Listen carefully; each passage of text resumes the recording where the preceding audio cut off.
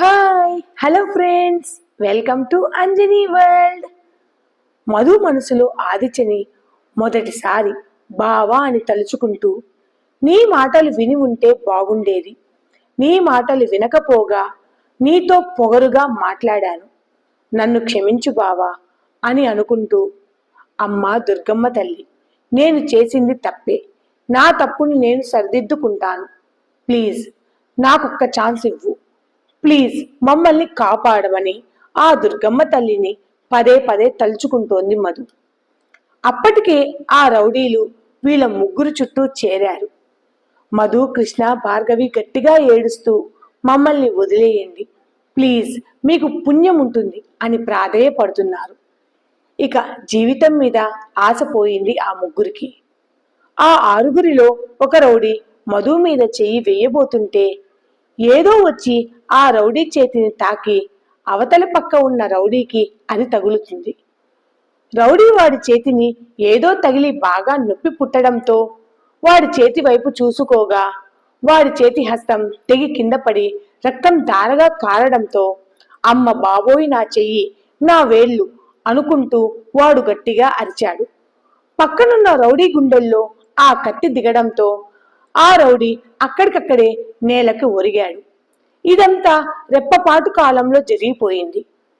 మిగిలిన నలుగురు రౌడీలు మధు, కృష్ణ, భార్గవి ఆశ్చర్యంగా కత్తి వచ్చిన వైపు చూశారు. వాళ్ళకి ఎదురుగా 6 అడుగుల ఆజానుబాహుడైన ఆదిత్య నిలబడి ఉన్నాడు. తన పక్కనే లక్ష్మణుడిలా భాస్కర్ నిలబడి ఉంటే ఆదిత్యకి అటువైపు రవి నిలబడి ఉన్నాడు. ఆదిత్యని చూడగానే మధుకి ఏడుపు ఆగలేదు. మిగిలిన నలుగురు రౌడీలలో 2 రౌడీలు మధుని, కృష్ణని గట్టిగా పట్టుకోగా మిగిలిన 2 రౌడీలు ఆదిత్య మీదకి వచ్చారు.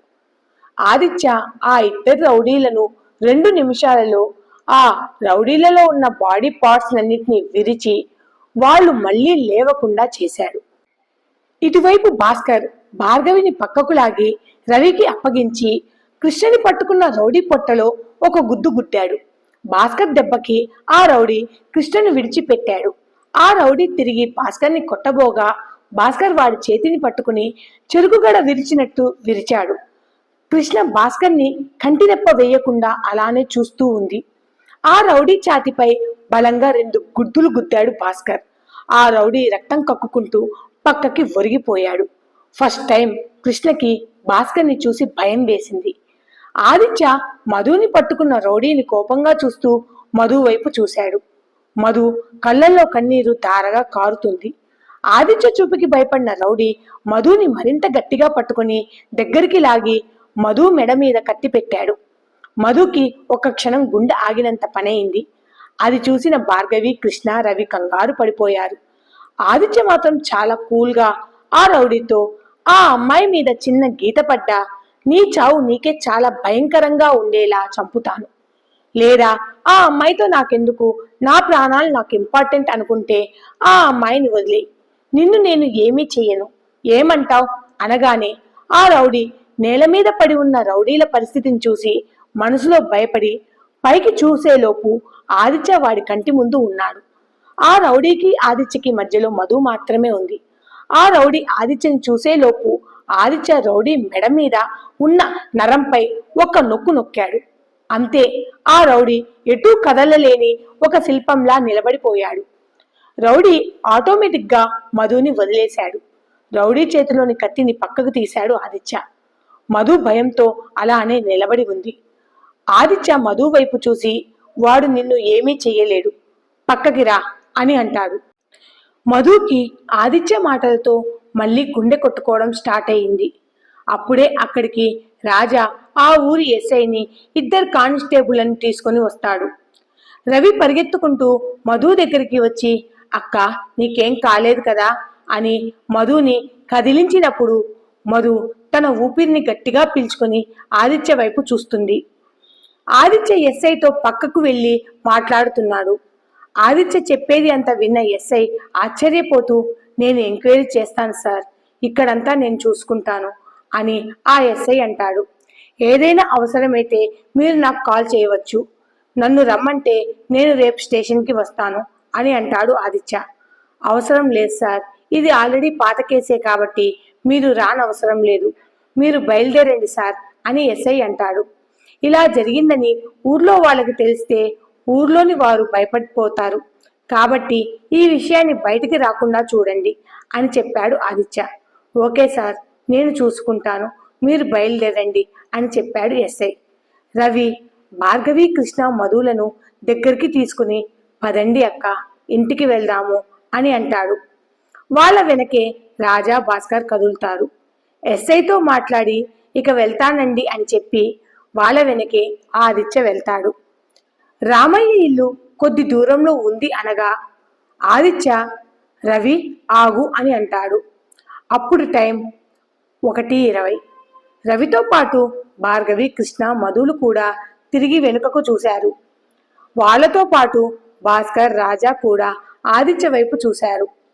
భార్గవి మనసులో ఇప్పుడు ఆదిత్య మనల్ని తిడతాడా, పెద్దవాళ్ళ ముందు మమ్మల్ని దోషుల్లా నిలబెడతాడా ఏంటి అని అనుకుంటూ అనవసరంగా ఆ పనికి మాలిన చంద్రని నమ్మినాను, ఇప్పుడు ఆదిత్య ముందు నేను దోషిలా నిలబడ్డాను అని అనుకుంటుంది భార్గవి.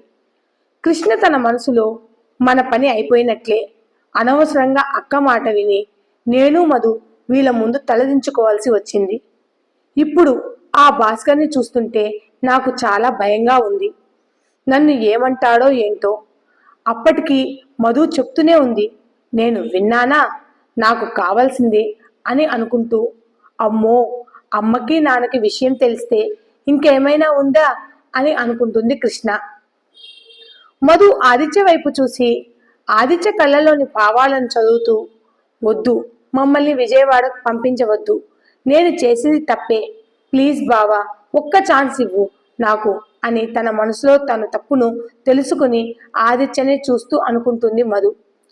ఆదిత్య మధు వైపు చూసి తన చూపును పక్కకు తిప్పుకొని, రవి మీ ముగ్గురి అక్కలను ఇక్కడి నుండి తీసుకుని విజయవాడకు వెళ్ళు, మీ అక్కలను సేఫ్గా మీ ఇంట్లో దింపు, నీకు తోడుగా రాజా వస్తాడు. రాజా, నువ్వు నాన్న కారులో రవిని, భార్గవిని, కృష్ణని, మధుని ఎక్కించుకుని సేఫ్గా డ్రైవ్ చేస్తూ విజయవాడలోని వాళ్ళ ఇంట్లో దింపి తిరిగిరా అని అంటాడు. ఇప్పుడు టైం 1:20. 5:30 కల్లా మీరు విజయవాడలో ఉంటారు. అలాగే అన్నయ్య అని అంటాడు రాజా. భాస్కర్, నువ్వు కూడా వాళ్ళతో వెళ్ళు అని అంటాడు. అలాగే అన్నయ్య అని అంటాడు భాస్కర్. ఆదిత్య భార్గవి, మధు, కృష్ణల వైపు చూసి, ఇక్కడి విషయాలు నేను చూసుకుంటాను, నేను స్వయంగా మిమ్మల్ని ఇక్కడి నుంచి పంపించాను కాబట్టి మిమ్మల్ని ఎవరూ తప్పు పట్టరు, ఇందులో మీ తప్పు ఏమీ లేదని ఇక్కడి వారు ఎవ్వరూ మిమ్మల్ని తప్పుగా మాట్లాడకుండా నేను చూసుకుంటాను. మన పెద్దవాళ్ళు అందరికీ నేను నచ్చజెప్తాను. ఇక్కడ ఎవ్వరూ మీ అమ్మని గాని మీ నాన్నని గాని తప్పుగా మాట్లాడరు. ఈ గొడవ సద్దుమణిగిన తర్వాత నేనే దగ్గరుండి అత్తయ్యని, మావయ్యని విజయవాడకు పంపిస్తాను.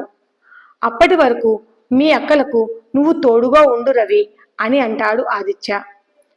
ఆదిత్య మధు, భార్గవి, కృష్ణ వైపు చూసి, మీరు కంగారు పడకండి, మీరు సంతోషంగా మీ ఇంటికి తిరిగి వెళ్ళండి.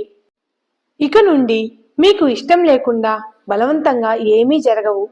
ఇక మీ లైఫ్ మీ ఇష్టం. ఫ్యూచర్లో మీకు నచ్చిన వాళ్ళని పెళ్లి చేసుకుని సంతోషంగా ఉండండి అని అంటాడు ఆదిత్య.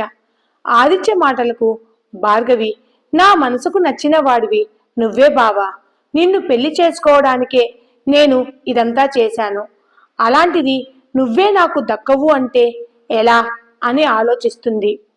కృష్ణ మనసులో, తప్పు మేము కదా చేసింది, మా నాన్న పరువు తీసి వెళ్ళిపోదలుచుకున్నాను, మరి బావ ఏంటి మమ్మల్ని విజయవాడకు పంపిస్తాను అని అంటున్నాడు, నిజమేనా అని అనుకుంటుంది.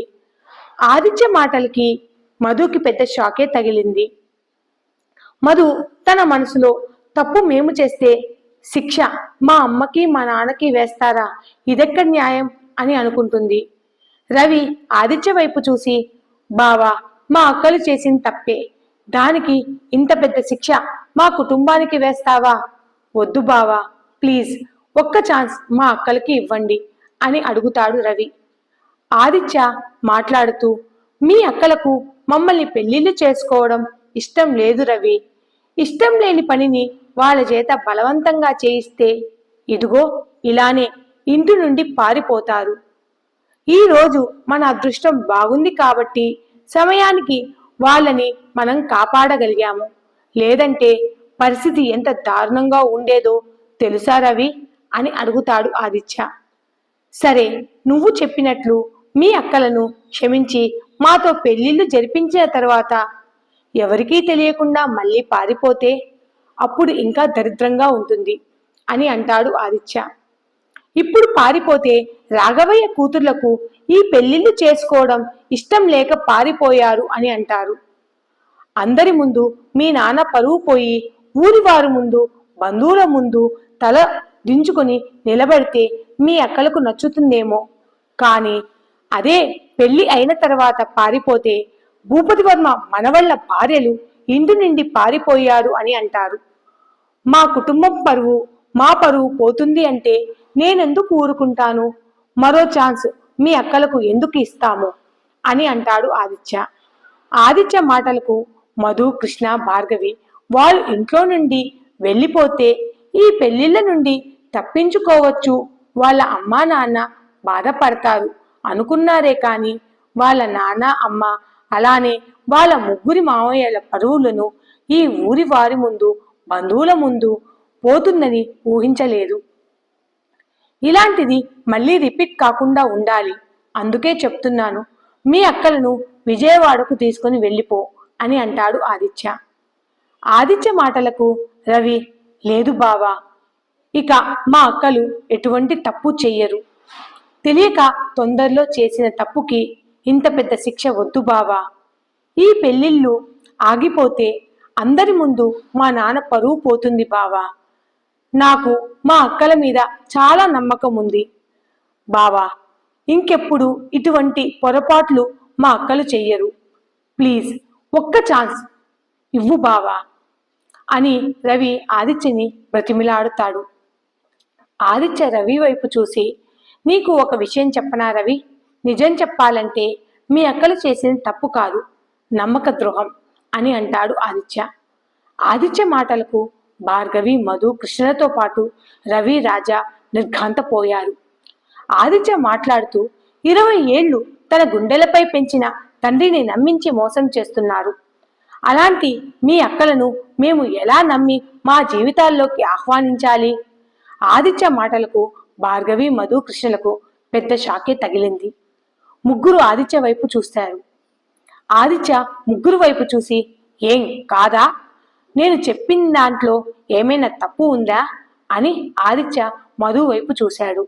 మధు ఆదిత్య కళ్ళల్లోకి సూటిగా చూడలేక తలదించుకుంది. మీకు ఈ పెళ్లిళ్ళు ఇష్టం లేకపోతే మీ నాన్నకు చెప్పాలి, వినకపోతే వినేంత వరకు చెప్పాలి. ఈ పెళ్లిళ్ళు మీకు ఇష్టం లేదని నలుగురికి తెలిసేటట్లు మీరు గట్టిగా నిలబడాలి. ఈ పెళ్లిళ్ళు మీకు చేసుకోవడం ఇష్టం లేకపోతే ఇష్టం లేనట్లే ఉండాలి. అలా కాకుండా నలుగురిలో మీకు ఈ పెళ్లిళ్ళు చేసుకోవడం ఇష్టమేనని ఒప్పుకున్నారు. ఊరందరి ముందు నిశ్చితార్థం జరిగింది. అప్పుడు కూడా మీరు ఇష్టమే అన్నట్లు ప్రవర్తించారు. ఇష్టం లేకపోతే ఇష్టం లేదని చెప్పి నిశ్చితార్థం జరగకుండా చూడాలి.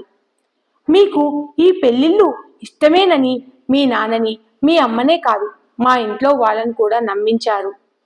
మీ నాన్న నా కూతుళ్ళు బంగారాలు, వాళ్లకు ఇష్టం లేకపోయినా నా మాటకు విలువను ఇచ్చి మేము చూపించిన వాళ్ళను పెళ్లిళ్ళు చేసుకుంటున్నారు. ఇలాంటి కూతుళ్ళు నాకు పుట్టినందుకు నేను చాలా గర్వపడుతున్నాను అని ఊరి వారి ముందు బంధువుల ముందు తెగ సంబరపడిపోయారు. కానీ ఆయన వెనకాల మీరు ఇలా పారిపోయి అదే ఊరి వారి ముందు బంధువుల ముందు కూడా మీ నాన్న పరువు తీసి మీరు ఆయన గుండెలపై తన్నారు. ఆయన పరువుని పాతాళంలోకి దిగజార్చారు. దీనిని నమ్మక ద్రోహం అనరా అని ఆదిత్య చాలా సీరియస్ గా మాట్లాడాడు. రవి, భార్గవి, కృష్ణ, మధు వైపు చూస్తూ, అక్క ఏంటి ఇదంతా?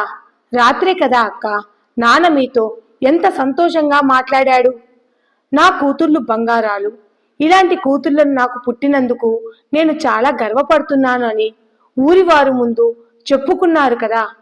మీకు బావలతో పెళ్లిళ్ళు జరుగుతున్నందుకు ఎంత సంతోషించారు.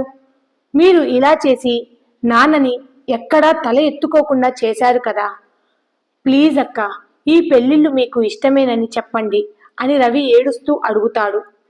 ఆదిత్య, భార్గవి, మధు కృష్ణల వైపు చూసి మాట్లాడుతూ, నిశ్చితార్థం జరిగింది అంటే సగం పెళ్లి జరిగినట్లే.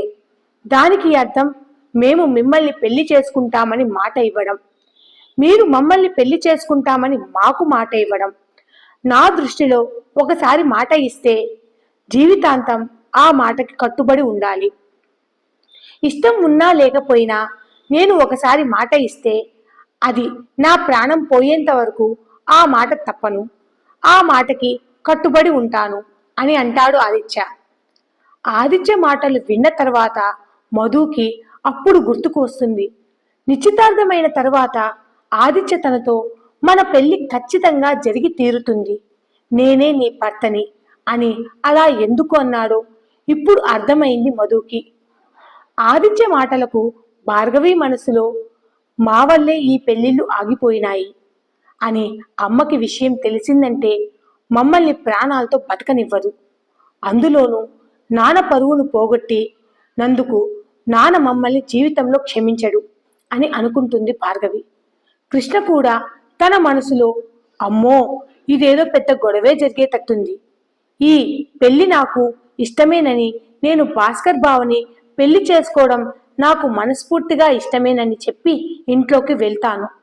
అప్పుడు అమ్మా నాన్న నన్ను ఏమీ అనరు అని అనుకుంటుంది కృష్ణ. రవి ఆదిత్యతో, మా అక్కలకి ఒక్క ఛాన్స్ ఇవ్వు బావా. మా అక్కలకి ఈ పెళ్లిళ్లను చేసుకోవడం వాళ్ళకి మనస్ఫూర్తిగా ఇష్టం ఉంది అంటేనే నేను మా అక్కలను తీసుకొని ఇంట్లోకి వెళ్తాను. లేదు అంటే నువ్వు చెప్పినట్లు మా అక్కల్ని తీసుకొని నేను విజయవాడకి వెళ్ళిపోతాను అని అంటాడు రవి. ఈ కథ కనుక మీకు నచ్చితే please like, share and subscribe. Thanks for watching.